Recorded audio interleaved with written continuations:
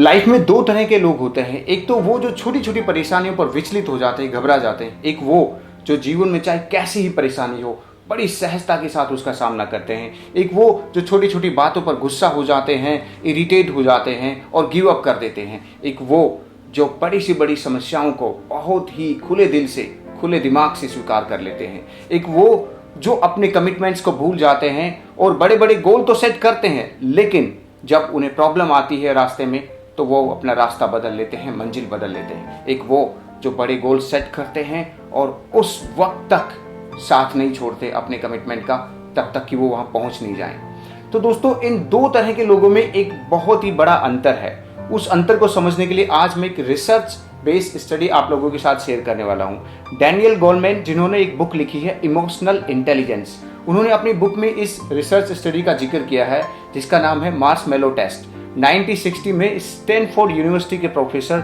Walter Mischel ने ये test किया था। 4 साल के कुछ बच्चों का एक ग्रुप उन्होंने बनाया और उस ग्रुप को एक रूम में उन्होंने इकट्ठा किया।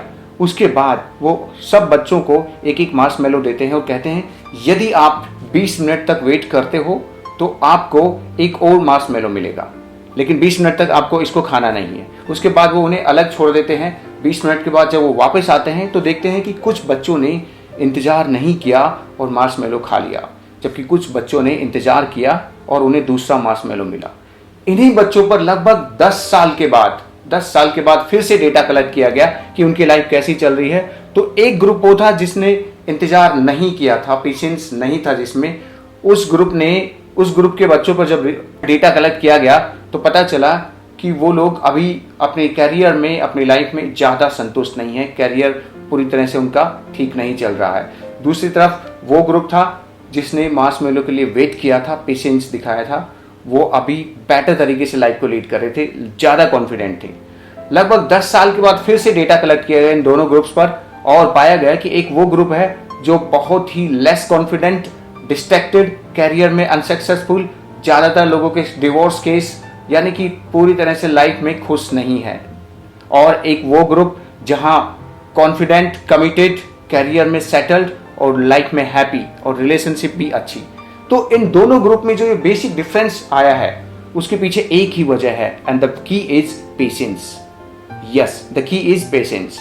तो दोस्तों, एक ग्रुप जिसने वेट किया, पेशेंस दिखाया, पेशेंस को प्रैक्टिस किया, उसने बाकी सब जगह पर अपने आप को इसी तरह से अडेप्ट कर लिया, अपने आप को इसी तरह से डेवलप कर लिया।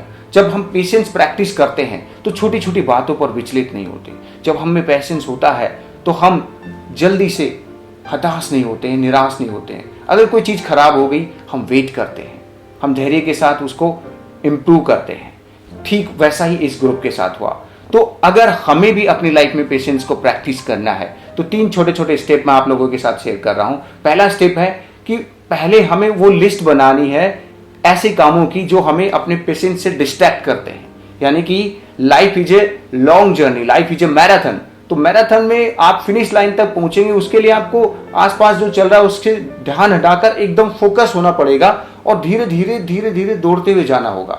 तो हमारे लिए डिस्ट्रैक्शन क्या हो सकते हैं जो हमारे अल्टीमेट गोल तक हमें पहुंचने में बाधा हमारे लिए बन सकते हैं? पहला, सोशल मीडिया हो सकता है, व्हाट्सएप हो सकता है, फोन कॉल हो सकते हैं, या फिर अननेसेसरी मीटिंग्स हो सकती हैं, या फिर एंटरटेनमेंट हो सकता है, अनलिमिटेड एंटरटेनमेंट, वेब सीरीज, कुछ भी हो। ऐसे छोटे छोटे बहुत सारे ग्रेटिफिकेशन हैं जिन्हें हमें डिले करना होगा। तो सबसे पहले ऐसे सारे डिस्ट्रैक्शंस की, ग्रेटिफिकेशंस की एक लिस्ट बनाएंगे और सेकंड स्टेप में हर एक ग्रेटिफिकेशन को पकड़ेंगे।